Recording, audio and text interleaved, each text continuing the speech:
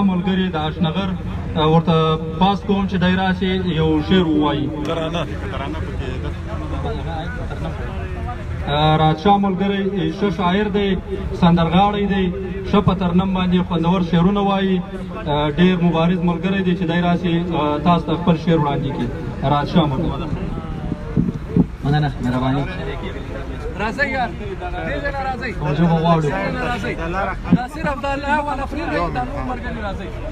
ستا بچی را پاسېدلي خوشحال خانه مبارک مبارک مبارک، ستا بچی را پاسېدلي خوشحال خانه مبارک مبارک، خپلواکي غواړي ملنګ عبدالرحمن مبارک، خپلواکي غواړي ملنګ عبدالرحمن مبارک، مبارک شه مبارک مبارک شه مبارکه.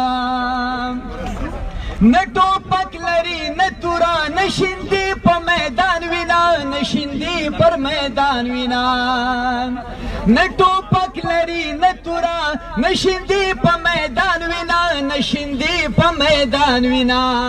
اوس خپل حق په ژبه غواړي باچا خانه مبارک مبارک، اوس خپل حق په ژبه غواړي باچا خانه مبارک، خپلواکي غواړي ملنګ عبدالرحمن مبارک، مبارک شه مبارک مبارک شه مبارکه.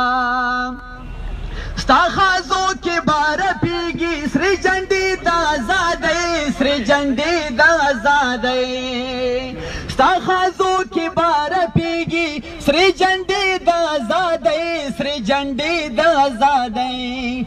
مړ غلام د هیچا نه غني خانه مبارک مبارک، مړ غلام د هیچا نه غني خانه مبارک، خپلواکي غواړي ملنګ عبدالرحمن مبارک، مبارک شه مبارک مبارک شه مبارکه. دارمان منن پورا شو شهادت مخدای قبول کا، شهادت مخدای قبول کا.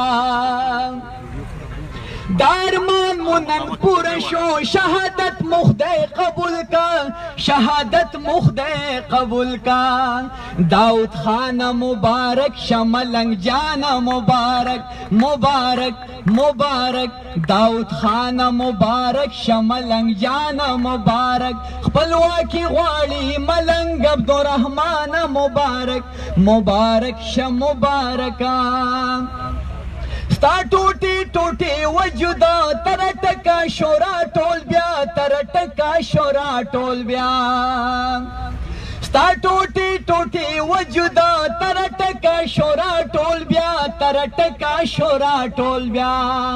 احمد خان مبارک شمیر ویس خان مبارک مبارک شه مبارک، احمد خان مبارک شمیر ویس خان مبارک، خپلواکي غواړي ملنګ عبدالرحمن مبارک، ستا بچی را پاسېدلي خوشحال خان مبارک مبارک، ستا بچی را پاسېدلي خوشحال خان مبارک، خپلواکي غواړي ملنګ عبدالرحمن مبارکه.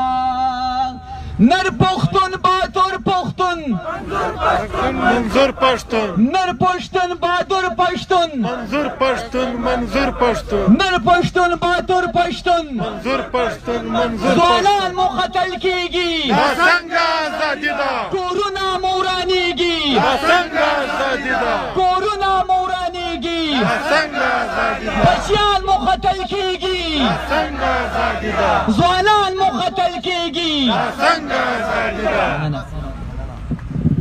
ډېره مننه د ملګري رادشاه چې تاسو ډېر خوندور نظم وړاندې کوي. د ډیره اسماعیل خان څخه زموږ ډېر قدرمن ملګري حیات پریغال، شاه فیصل غازي، مصطفی پښتین